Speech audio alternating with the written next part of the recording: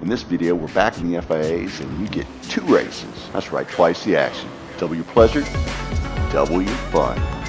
Hang out, see what happens.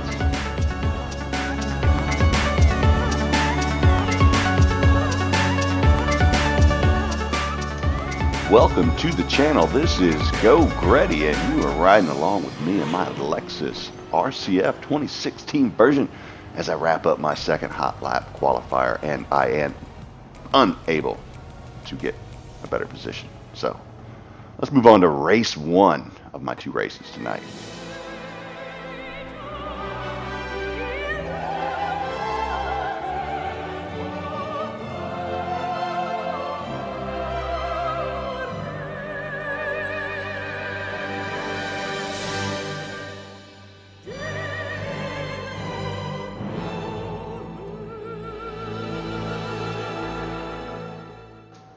All right, thank you, Opera Lady. There I am. Yes, qualifying P4. Starting the race. Countdown is on, and it's race time. A lot of practice went into this race, so I was really hoping for a good result. I need a good result. I haven't moved up in my DR in about a week, and I'm kind of stagnant sitting there in the manufacturer's series as far as Lexus. I'm like 15th and like 169th overall, so I'm hoping for a top 5 position so I can, move up a little bit, get something out of all this hard work. So here I am behind above Cloud 9 and in front of Path 090. And Path actually raced me literally minutes before this race. And we were right next to each other in that race as well, and he definitely got the better of me. So I'm kind of hoping that won't repeat itself, but no foreshadowing for me. You'll have to wait to see what happens. So again, this is race 1 of the 2 races I did this evening, so that may be a little bit of foreshadowing for what happens. But anyway, so here I am behind above Cloud 9, and I'm not really pushing him hard here. Actually, I'm just trying to save some tires, and I come through these S's, and I've been taking these pretty decent, not super duper fast, but not super slow either. And I start to run him down, and he kind of gets off the road there a little bit, and as I'm coming in, we head into this corner. He slows down quite a bit right here, and again, it's early in the race. I'm just trying to save tires. If I had a faster car than a GTR, probably could have made a runner on them right there, but unfortunately I was unable to do so because that damn car is so fast in the straight. But Path, he's going to send it right there because I guess because we're both not going fast enough. So Path's to my inside now, and that's definitely not good for tire wear. And I'm like, ugh, early in the race, but I'm not going to really fight it. Like I said, there's a big, rather large gap between us and 7th place back there. So, of course, by Path past me, that brings the Mercedes from closer into play. Or is it closer? I don't know. Damn English language. What is it? Is it closer or is it closer? I don't know. So we're going to call him closer because he seems to want to be closer to me right now. Closer it is. Regardless, we form up a nice little train and we head around through the double apexer here. Corners, I guess it's 3 and 4. I don't know. But let's skip on forward to lap 3 where we finally get some action. Path 090. Oh, cutting some corners, are we, Path? Ignoring track limits. That's naughty. And for being naughty, you get a penalty. That's right. Half a second. Blinking above Path's head.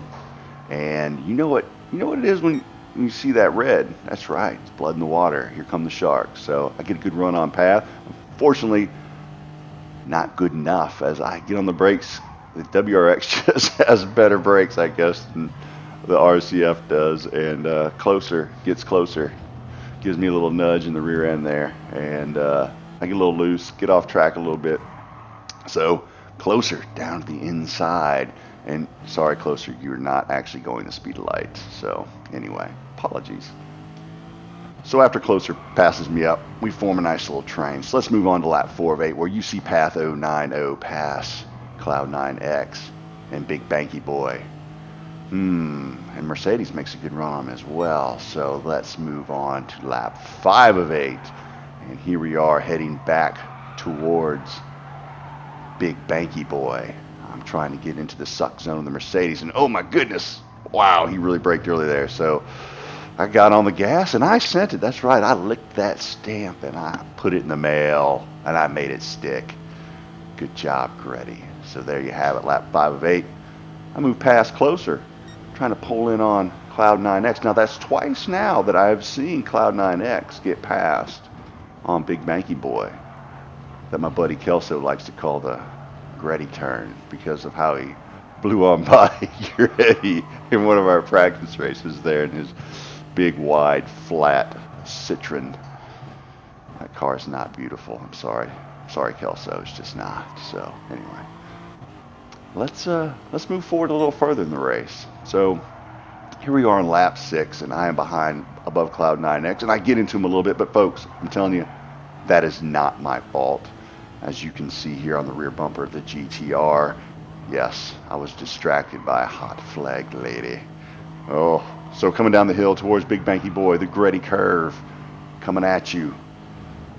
I get on the brakes and I send it, and I mean, I really sent it from about a mile back. And then the Mercedes tries to pass, and ooh, he gets taken out by above Cloud 9X. Not Cloud 9X's fault, really. So, oops. Anyway, moving on to lap 8, the final lap, where we separate boys, or separate the men from the boys, or is it the boys from the men? I don't know. We separate them. And we're going to find out, what am I? Am I a man? Or am I a boy? Well, it's lap 8, and, you know, nothing gets me rattled. So I'm on the gas. I'm coming around, and boy, it is. That's right. I bottle it. I bend it. And I'm falling back to 7th, to 8th, to 9th, and to 10th position. And that's where we ended, in 10th position. And 10th position isn't going to work for me, so we're going to go for it again. So let's pick it up with race 2, qualifying hot lap 2, as my previous is a 2-minute .675, and I'm not able to improve on that. So again, Q4 position. Sounds familiar. Let's see if we can get a top 5.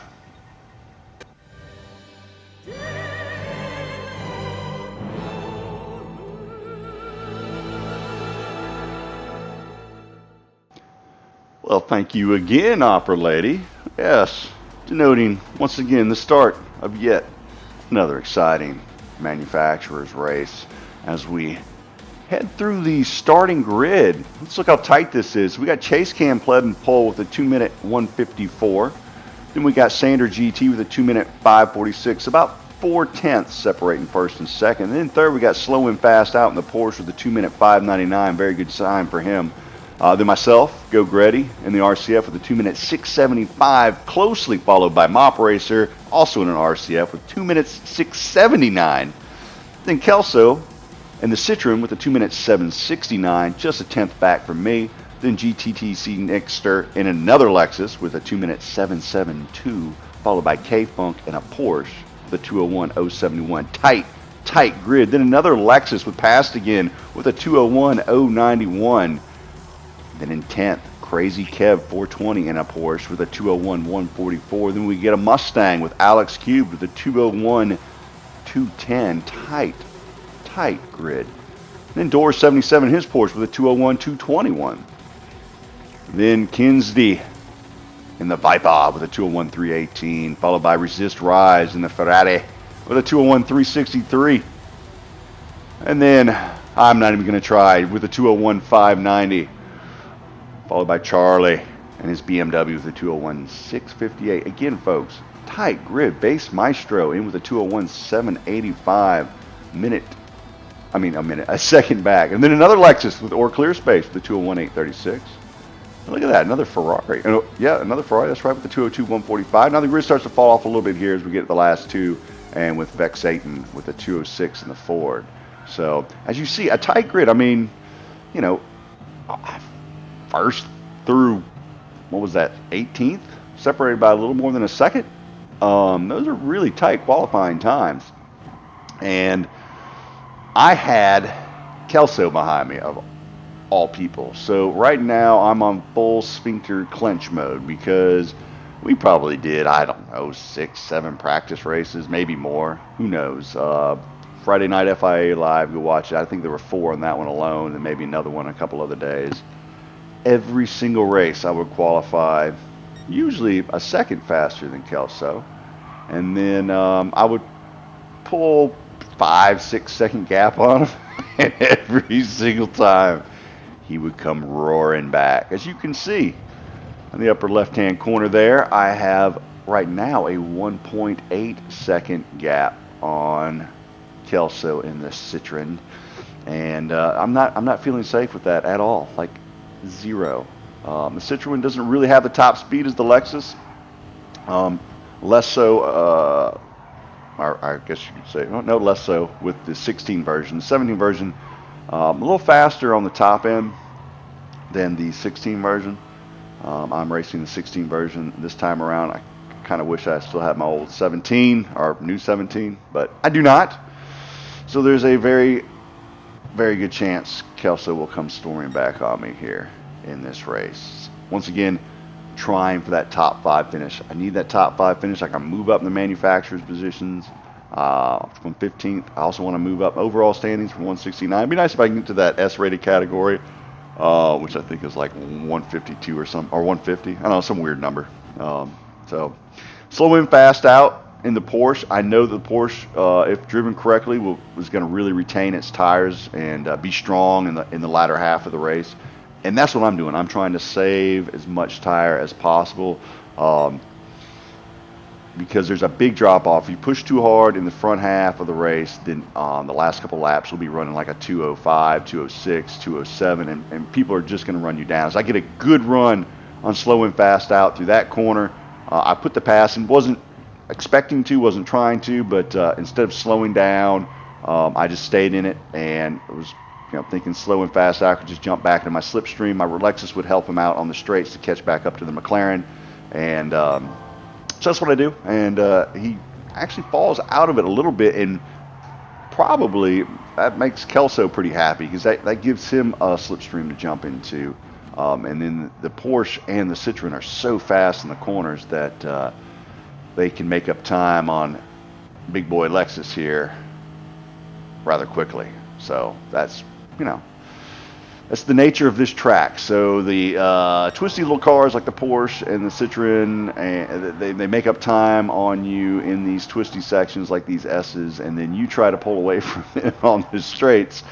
But they get the fortunate assist of the slipstream when they're in that. Now, of course, it is hard when you come out of a corner to pass up like a GTR or Lexus or something like that. And so, it's fair play. And then, of course, tire wear plays in all this. Tire wear is so important in this race. So really, I'm trying to manage my tires in the first few laps, again, to save them for the latter half. So one thing I've noticed in these higher ranked lobbies that I've gotten into, I say higher ranked, it's A lobby, and is mistakes are really compounded. So you're trying to really minimize mistakes wherever possible. When you minimize the mistakes, you pretty much retain your position. As you can see right there, I made a big mistake. Got wide on the exit of the last corner. Heading into the front straight, that is just, I may as well give myself a penalty right there. So slow and fast out comes charging back. That's my strong suit, is the straight. So I just gave away the strength of my car by almost licking the barrier. Fortunately, I didn't hit it, so that's good. So I retained 4th position. That's my qualifying spot. Again, I know that the Porsche is good through the twisty sections, so I'm just trying to not press the tires too hard. As you can hear them squealing right there, it makes me cringe a little bit when they start doing that because I know I'm just chewing rubber off of them and slinging it back towards Kelso. So he's probably dodging my car parts as I come down towards Big Banky Boy, the Geauxgreddy curve. And you can see my rearview mirror, as well as in the time difference above, that Kelso is now within striking distance. It's got me nervous. It does have me a little nervous. I'm trying to be smooth and fast, trying to retain this 4th position and not far behind Kelso is my operator, who I know also has really good pace. I've raced him with several times in various lobbies and practice rooms and whatnot. And Mop is quick. And he's in that 17 version Lexus, which has got that nice top end, a little more than mine does. And tire wear is about the same, maybe a little worse. And I think he's doing a really good job right now managing his tires, hanging out behind Kelso, being patient. And I am trying to hang out here behind the Porsche and be patient as well. As you can see, my tires looking pretty good through 3 laps. You know, just a little bit of red there on the fronts and the rears. I'm running brake balance 5 to the rear to try and save those front tires as much as possible, because it really gets real pushy towards the end. So Kelso within the sucking distance, 4/10 behind me. I'm 6/10 behind the Porsche, heading into the turn 1, the big uphill right-hander. Pull in a little tighter on the Porsche. Kelso maintains that distance behind me here in lap 4. I'm running a 2:01 last lap, which is a good time for me. I want to be in those 2:01s. I had a 2:02 the previous lap, mostly because I had the incidents with the barricade. So I really want to be in those 2:01s through the first half of the race. And 2:02s as Kelso really gets in tight there. I'm thinking he's going to pull out here and stay in my slipstream. He really pulled out hard, though. And I was actually going to give him this corner here if he had stayed with me. But since he did not, I am not going to give it up. I'm fully expecting Kelso to really just attack me here again in the S's and pull him and Mop Racer along with him right into my back bumper as I fall out behind the Porsche a little more than a second. I think that my eyeballs were just a little too much in the rearview mirror right there. So let's move forward a little bit and see what happens. All right, so picking up the action here on lap 5, we're heading downhill towards Big Banky Boy, and some moves being made by Slow and Fast Out, Sander GT. Chase Cam Pleb picks up a penalty, and from what I can tell, it's a 1-seconder, so that actually really comes into play. What that 1-second penalty is going to do is it's going to compress the field. So like I said, when you see those red numbers flashing over someone's head, the penalty is sharks in the water. Everyone is like, I've got to get close to this guy. This is when you push it a little bit harder because you know they have to slow down. It's basically a forced error. So because of that, everyone pushes a little harder. As you can see, the field tightens up as we head towards the straight. And it was not a 1-second penalty. It was a half-second penalty. My bad. So Chase Cam Pleb does a poor job of getting out of the racing line. Slow and Fast Out passes him up, and Sander GT breaks late to make the pass stick and rip Sander GT. Chase Cam Pleb gets loose there, coming through that corner in the cat ears, heading towards the penultimate corner, and he gets loose again, and I get into the back of him and whack him in the front to keep him straightened out, get back in the gas, and continue on my way. Now, I don't know if that was, I felt a little bit bad about that move during the race. It wasn't really a move, it was him sliding and me hitting him. But I was like, you know what, if he hadn't slid and he had taken the corner properly, we both just went through there and carried on our merry way. So he sends it back up the inside. I give him plenty of room. I know he's probably a little upset. He's just had a very tumultuous last set of corners there. Again, give him space here to the inside. He gets in my corner panel a little. No worries there. It wasn't terrible. I get the SR down for that, which I think kind of sucks, but whatever. He gets tangled up a little bit there with Kelso. He goes wide off the track, and so Chase Cam Pleb, our pole sitter, falling back to 5th position. Well, that's good for me. I mean, I'm sitting in second here, and I got a second on Mop Racer, who's also in the RCF. Now, I have a sneaky suspicion that Mop's been saving his tires, and but my hope is that Kelso ties up Mop and they battle for that 3rd position, and I can just kind of skate on through in a second. So I'm actually a little bit relaxed. I'm not too concerned right now, but as I see Mop Racer coming up in my rear view mirror, I noticed there's no Kelso on his back bumper, so that's not good for me. I want Kelso right on his derriere, putting all that pressure on him, because I know Kelso's going to be fast these last 2.5 laps. So lap 6, I got that, 0.6 of a lead on Mop. I know he's going to be faster than me on these straights. As you can see, I'm starting to pull him in as we head towards, again, what I call the cat ear corners, because on the map it looks like a cute little kitty cat, sort of, kind of, anyway.